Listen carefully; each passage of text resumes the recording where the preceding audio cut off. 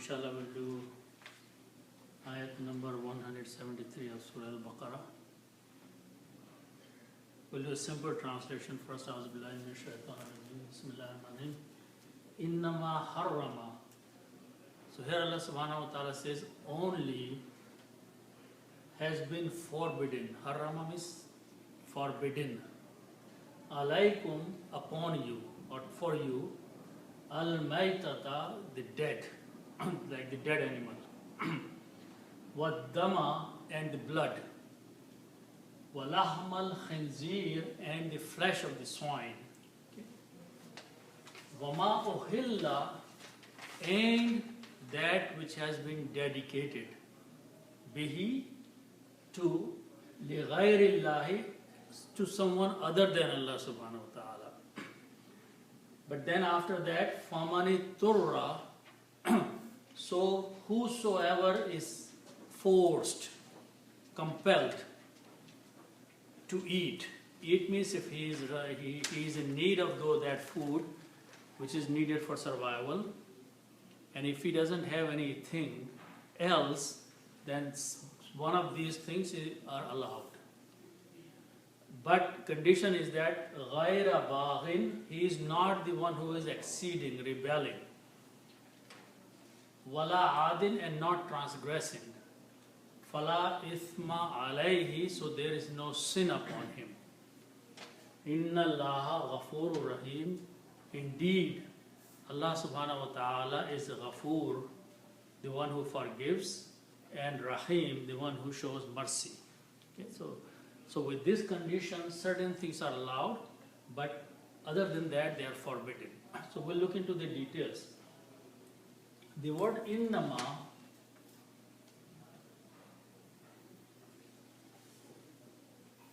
means only.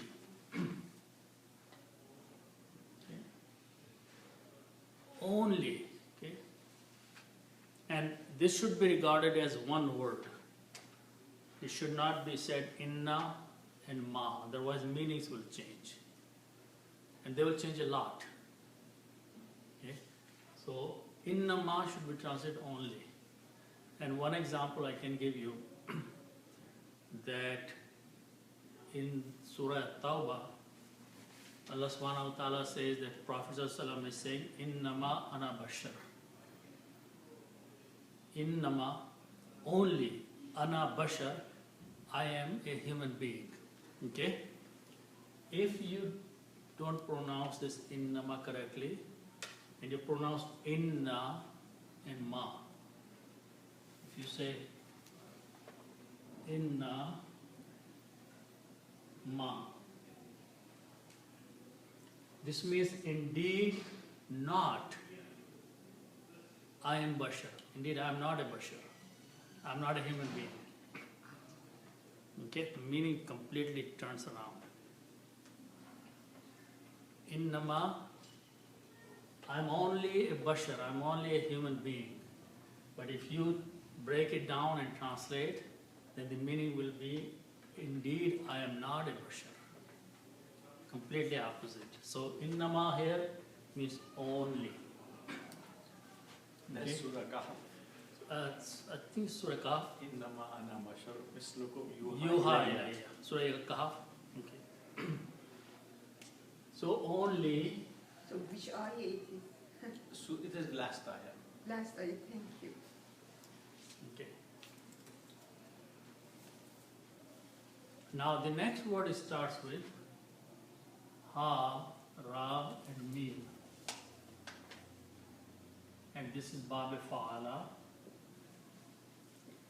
In Bab Fa'ala, where you put a shut down the middle letter, this becomes Harrama. Harrama means to forbid.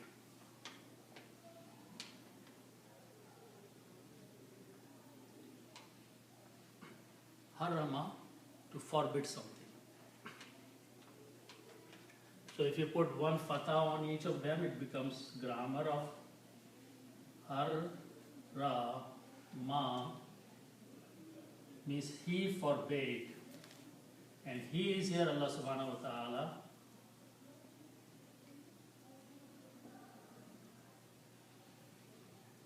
Okay, so he has forbidden. Allah subhanahu wa ta'ala has forbidden. Okay, so he has forbidden. Okay, he had made it haram. He has forbidden. Okay, so forbidden means you are not allowed to do it. Okay, then the next word is Allah and kum. Okay, so when you write down together, it is alaykum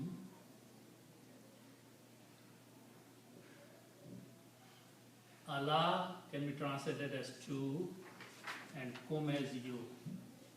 Okay, so alaykum means to you. He has forbidden to you or forbidden for you. Okay, so Allah subhanahu wa ta'ala is forbidding something to the people, that they should not do this thing. Okay. Now, what are those things which are forbidden?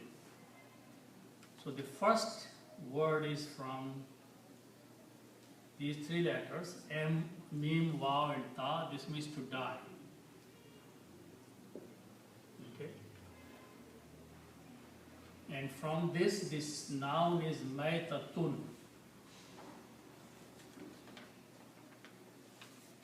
Maitatun means something that has died, or dead. So Maitatun means dead. An animal which fell down and died. It's a dead one.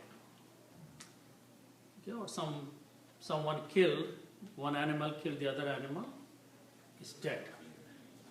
Okay? So that is Maitatun, the dead one. Okay? And if we put an al before that, al means the dead.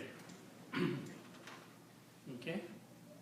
And al will remove one dhamma, so it will become al maitatu.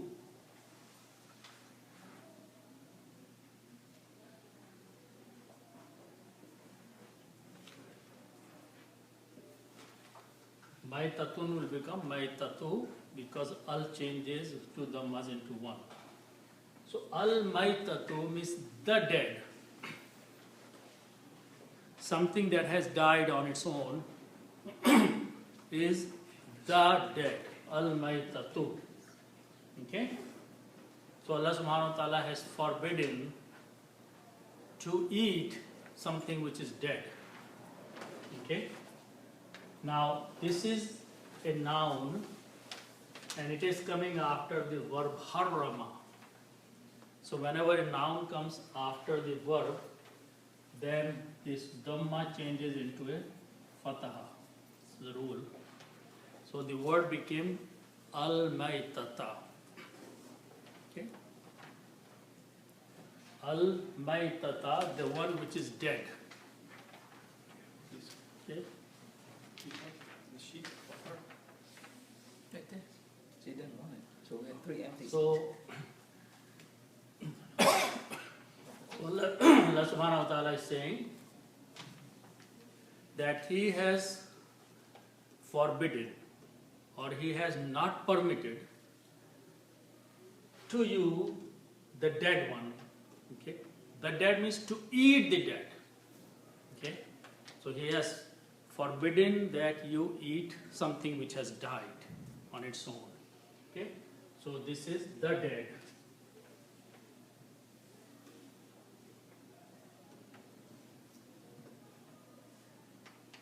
Okay? Animal has fallen off the cliff of a mountain and it died. It is forbidden to eat. Okay? Then after that is the word damun.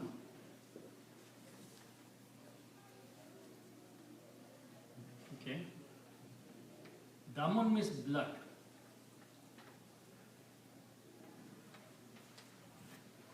Okay? And you put al before that, it becomes the blood. Okay. And again, when you put al, one dhamma goes away. So it becomes, and when you pronounce, you don't pronounce lam, so it becomes ad-damu. You pronounce dal twice. Ad-damu. Al will take out one dhamma, so mun becomes mu. And in the pronunciation, dal is a shamsi letter, so it kills the sound of lam. So you pronounce dal twice. Ad-damu. Ad-damu means the blood. Okay. Now again, just like maitatu become maitata because of harrama. Harrama is going to apply it again. So damo will be pronounced as dama because it's a noun, it's coming after the verb. So this will change into dama, ad-dama. Now what is that which is forbidden here? The blood which comes out of a human body or animal or anything, blood which starts flowing, which starts running, that blood is forbidden. When you buy meat from the shop, always there is some blood in there. Always, if you leave it sitting there, you will see that along with the water, some reddish blood will come out. Okay? That blood cannot be separated. When you cook that meat, that blood just gets cooked and is edible. So that blood is allowed, that much blood is allowed. But a blood that you actually pick up from and start eating or drinking, that is forbidden. Okay? So that is ad-dama, that blood is forbidden. That you drink blood or you consume blood.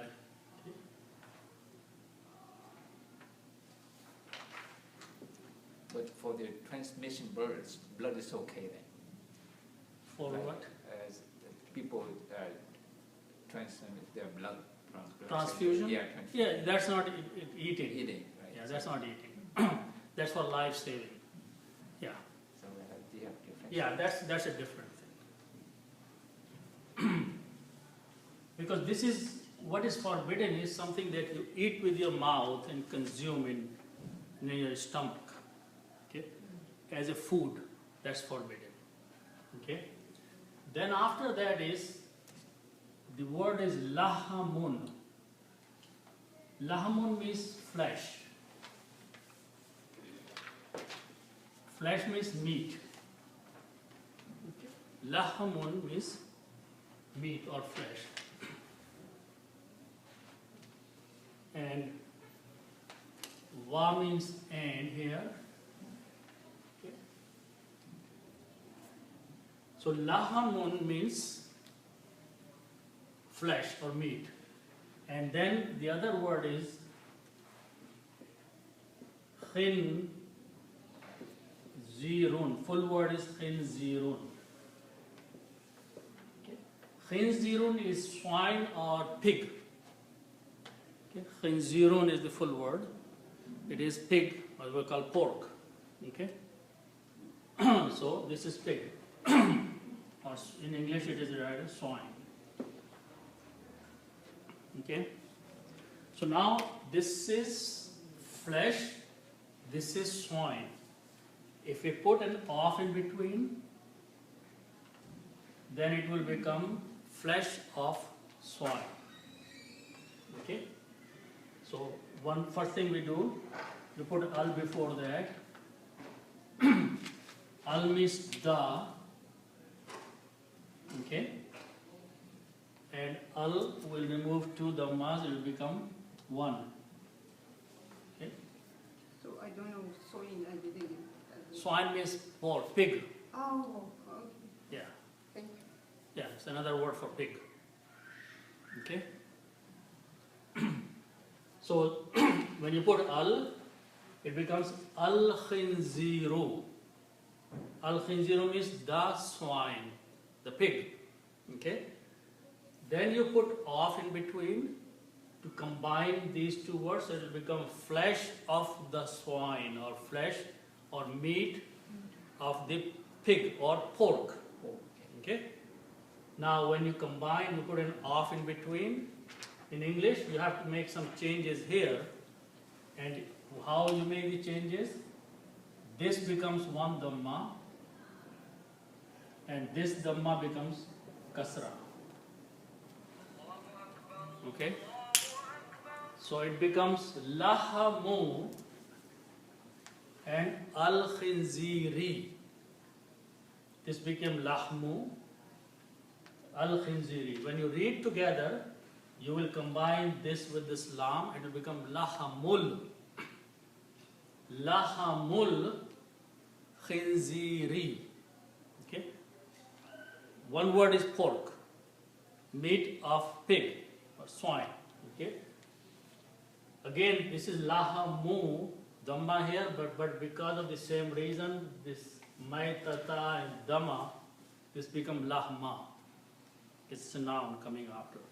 So the word is lahamal khinziri, flesh of the swine or pork meat.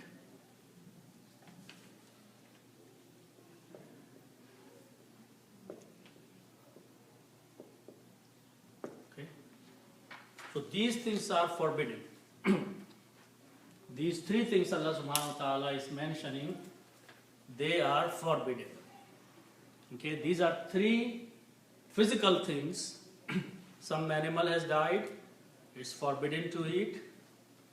There's blood, that's forbidden to consume.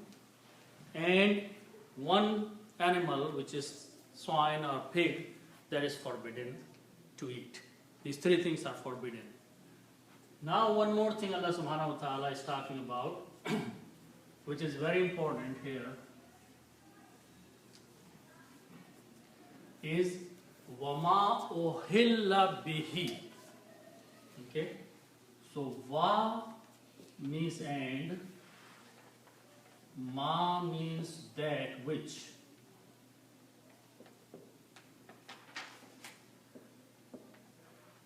And that which, or whatever. Wama and that which. Now this word is ha, lam and lam. Halala. Okay. These are three letters and they belong to the group of the word we say fa'ala. If I put another alif in the beginning, it becomes ba, ya, fala. This becomes ahalala. 4 letters now, added on alif in there. Ahalala means to dedicate. This means to dedicate. What is the meaning of halala? Just halala. Because see what happens here, someone is dedicating something. So it's here, two people are involved in this one. Okay, so ahalla, you are taking something and dedicating to something else. Okay, so there is ahalla. Okay, halala means something which is committed, or something like that. Okay? Now this is not that halal meat that you're talking about. That's not this thing. I'm talking about that because that halal meat is written this way. Okay. This is a different ha. Okay. This is anything. You can take a sweet dish. You can make it a sweet dish, and you can bring it to an idol in a temple or somewhere. It says this food is dedicated to this idol. Means this is now for him instead of for Allah, for that idol, for any other god other than Allah subhanahu wa ta'ala. Then even though that is a nice food, halal food, everything is good in there, that is forbidden. Okay? So here it could be anything. We are not talking about meat here. We are not talking about the zabiha meat. Okay? Anything that you have, it could be a food, or you can buy nice shirt and say, okay, this is now dedicated to some idol. You go to a temple or some place where they worship idols, and you say this is committed, dedicated to this statue. Other than Allah subhanahu wa ta'ala, anything which has been dedicated, that shirk is forbidden now. Okay, so that is ahilla. Okay, so that is wama. So ahilla means to dedicate. Ohilla means has been dedicated. Okay, it's a past tense, past participle. Has been dedicated. So that is what the meaning of ohilla, has been dedicated. Ahalla means to dedicate. Ohilla means has been in the past dedicated. So that's this word. And that which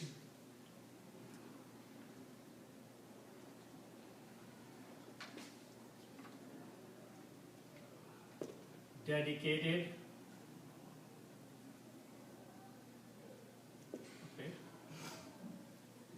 and bihi means of it, means this thing, whatever is that, or of it, or that which, or of it. Dedicated to what? That's what the next word is. Li ghayrillah. So the word is ghayrun.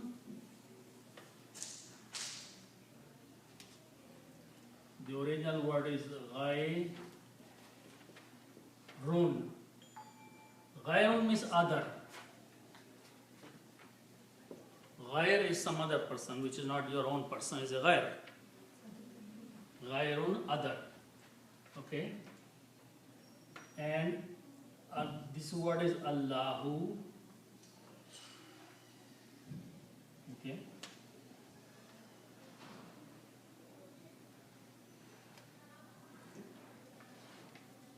So now, these are two separate words. If you combine them, then the rule is that you remove one dhamma from here, so it becomes ghayru, and you change this to a kasra, so it becomes ghayrullahi. And we put an off in between. Other of Allah in English is other than Allah. Okay, so instead of, you put that. The meaning is same. Something other of Allah is other than Allah. Proper English is other than Allah. So the word is ghayrullahi. Ghayrullahi means other than Allah. Anything other than Allah. Okay?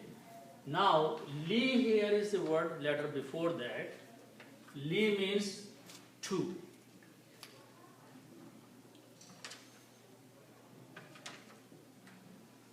Li means to. And li is a harf jar. It changes the last letter dhamma to a kasra. So the word becomes li ghayrillahi, which is the word in the Quran. To someone other than Allah. To something other than Allah.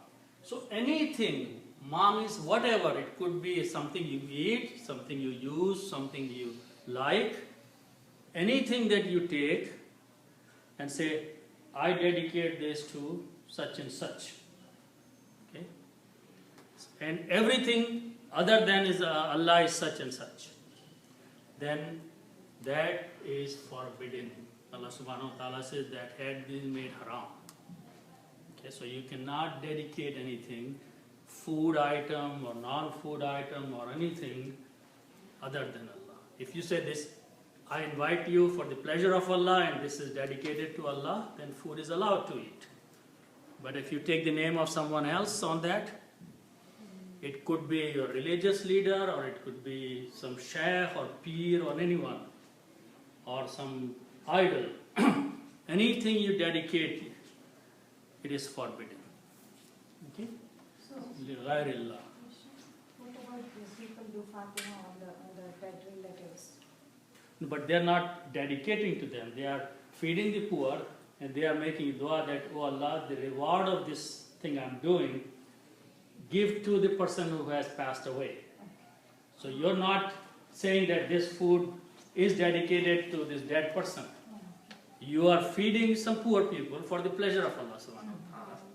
And you're making dua that the reward of my action, please, collect in their account. That's what you're saying. So that is not dedicating to that. You are still dedicating to Allah subhanahu wa ta'ala, for the pleasure of Allah, feeding the poor or needy or relatives. Okay? But you are Just not. ask the reward to Yeah. them. You are making, your intention should be that Allah provides the reward of this action of mine to this person. Okay? So that is what the Fatiha, when we say Fatiha is. Okay? So that's what, but this is totally like if you go in a Hindu temple, there are idols there. And they take the food and put in front of those idols and dedicate to those idols, statues, that food is forbidden. Okay? But if they have not done this there and they bring some food to you as a token of their celebration of a day or something, that is just any food. You go and eat and enjoy it. But if they do this particular action of taking inside or even not taking inside, but their intention they make that this food is dedicated to one of their idols or devta or someone, then that is forbidden. لِغَيْرِ other than Allah.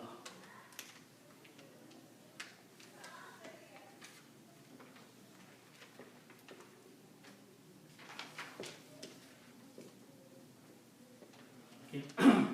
Now Allah subhanahu wa ta'ala has given limited permission in certain situation, that if a person is in a situation where he doesn't find anything to eat, and it is a critical state that if he doesn't eat, he will die, or he'll pass out, or he will lose, his consciousness, anything, then for a limited time, for a limited quantity, he can find any of these things and he can eat until he gains a little energy. But it should be only for that purpose. If someone is stuck in some mountains or forest or somewhere and he cannot get out, he doesn't know when he's going to be able to find his way, and if he cannot find something to eat and he's about to pass out and he finds a dead bird, he's allowed to eat for the limited quantity, limited time, so he can manage his survival. Okay? So that is what the next part is. Famani turra. So let's look at these words. Fa means so. Man means whoever.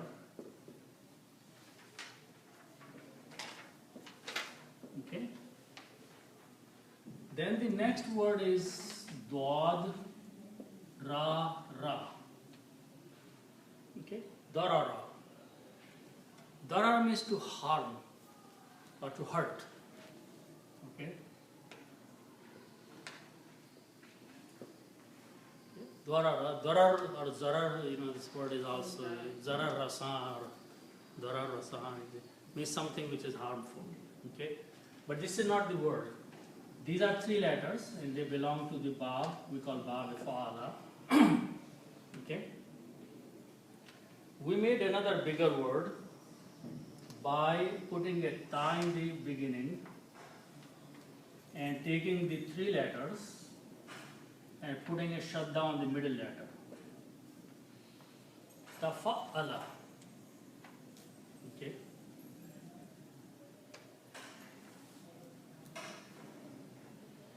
So this becomes ta darara.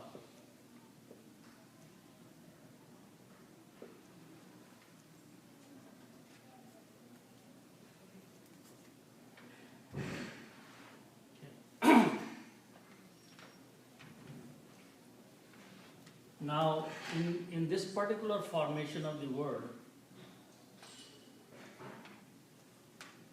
when ta and dot come together, this is a little bit advanced, but they come out of the same place in the mouth. Okay? So this letter changes into a tha. So this becomes darara. Darara means to be forced, to compel. Iztirar, kafiyat-e-iztirar, is a situation in a human person that he is forced to do something. So here, at-tara means that person is in a state where he is forced or he is compelled to eat something, otherwise he will not survive. So that's what at-tara means, a state where he is forced to consume something. So famanittura, tarra, famanittura, so whoever is compelled or forced by the situation, by the circumstances, he has been put into a situation where survival is more important than consuming this thing. So the ta is dropped, but why did you put alif? Which is- Idtirar, atra, he, whosoever. Can explain to you that later on.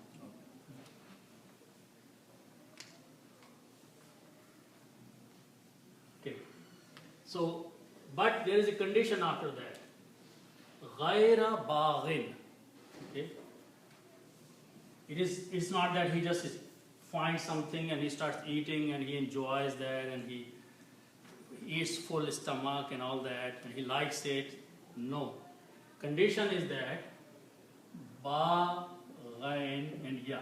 And baghin or baghun means exceeding. You know, baghi is someone who rebels, who exceeds. Okay? So someone who exceeds the minimum need is baghi. So this is exceeding.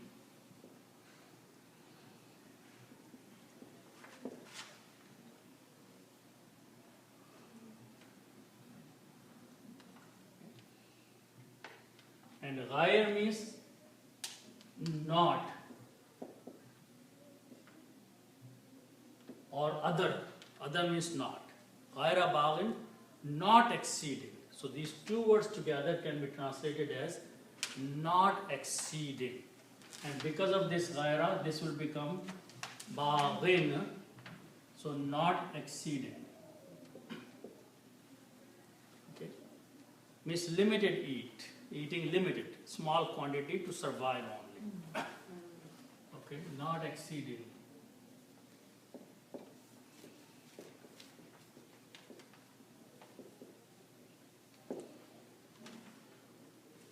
Does the word bag also mean like rebellious? Yeah, this is the same root letters. Rebelling. Rebelling is crossing your boundary, exceeding your limits. Okay. So ghair means not, means don't exceed the smallest amount that you can take and eat at that time and then say no more. Not that, oh, I enjoy it, I keep eating. So that's no, not that. It's only for survival. Then the permission is given to eat the dead or blood or khinzir, lahm khinzir, or something which has been dedicated to anyone. All these four categories are there for survival, a small amount, eating that allowed, not exceeding. Ghaira baghin, not exceeding. Okay? And then after that is wala adin. So waw means and la means not. Wala together can be in English translated as nor. Okay. And the other word is ain, waw and dal, and this means to transgress. What is transgressing? Crossing the limit. Okay. So adin is the one who transgresses or crosses the limit. Okay. Which means limit is only small amount until your stomach has enough so you can manage to survive. Don't cross the limit. Okay. Don't transgress. Okay. So do not exceed and do not cross the limits. Okay. Wala adil, nor transgressing.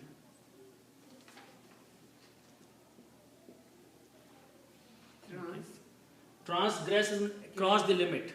Oh, okay. Transgress. G-R-E-E-S. No, Trans, Gress. Thank you. Transgress means to cross the boundary, to Okay. cross the limits. Okay, to go outside the bounds. Okay.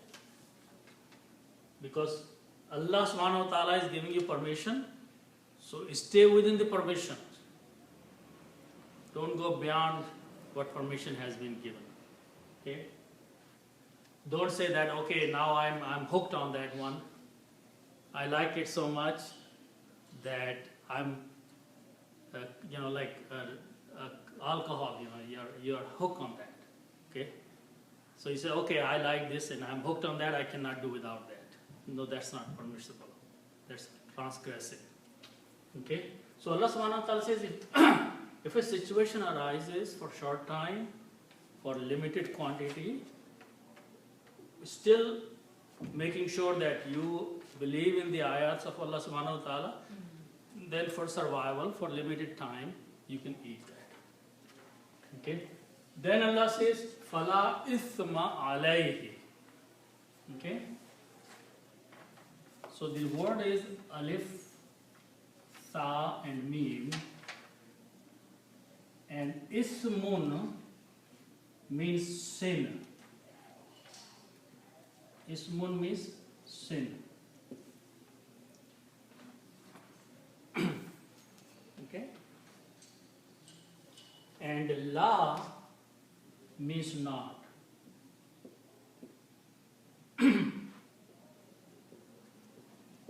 Okay? La means not. And whenever la comes before a noun, it changes this to a fatah, to dhammas. And we all the time do this thing. We know the example of that. The word is ilahun. Ilahun means a god. Any ma'bud or any god is ilahun. Okay? That's the word. Always the noun have two dhammas at the end. Ilahun. What happens when you put la before that? This is the kalima. What happens to this? This becomes la ilaha. So these two dhammas change into a fatah. The same thing. Ithmun became isma. So this is the characteristic of the word la, that whenever la comes before a noun, last two dhammas change into one fatah. So la isma, no sin. Fa means then or so. Fala ithma, then there is no sin. Okay? Then no sin.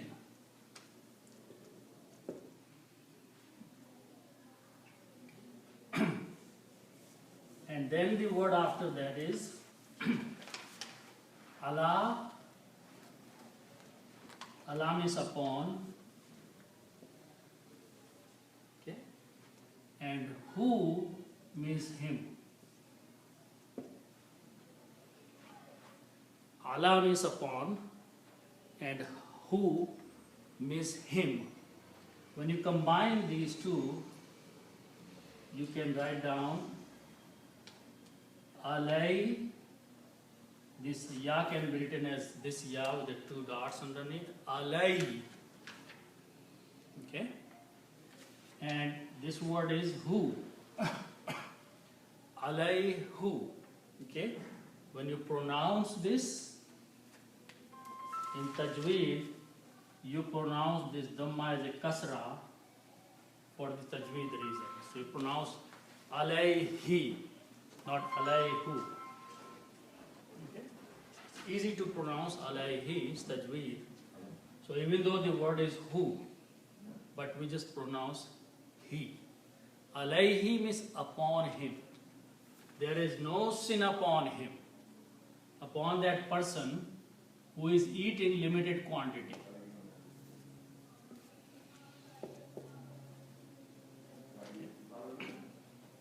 Allah subhanahu wa ta'ala says, then only then there is no sin upon him. If he just eats a small quantity, he is not exceeding and he is not transgressing, he is not disobeying, then survival, a small quantity eating there is no sin upon him. Okay? Allah is so kind on us. That's only this is, yeah. Then after that is Inna Allaha Ghafurur Rahim. Okay, so we know all these. Inna means indeed. Inna means surely or indeed. Okay. And the word is Allahu. The original word is Allahu. Okay. And this is Inna. The characteristic of Inna is that when it combines with the noun, then the last letter, Dhamma, changes into Fatah. So this becomes Inna Allaha. Indeed Allah, surely Allah. Okay.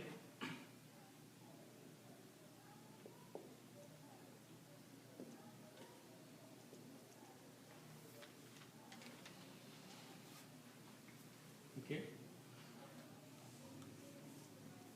And then the next word is from the word Ghain, Fa and Ra. Ghafara means to forgive.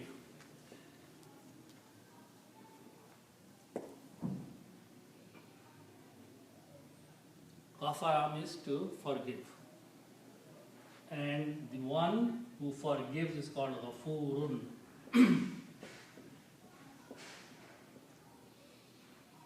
He who forgives.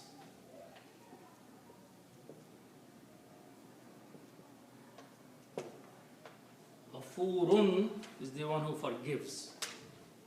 Okay? And then the word Rahama means to have mercy.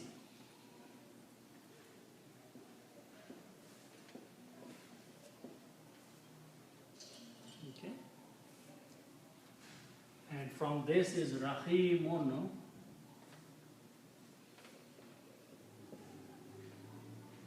means merciful.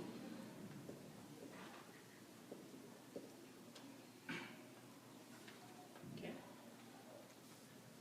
So even though he does not want you to consume these things, but in his situation where the life is being threatened, Allah is showing His mercy to you and He is permitting you.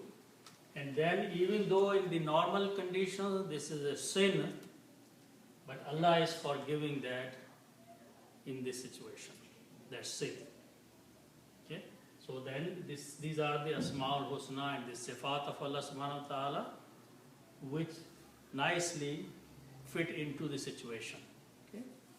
That He forgives because it was sin, but because of His mercy, He allowed someone to eat for this survival, for limited time, limited quantity, even though Allah forbids you to eat all these things in normal situation, in normal circumstances. So that's the end of ayat number 173. So inshallah we'll continue that. Yeah.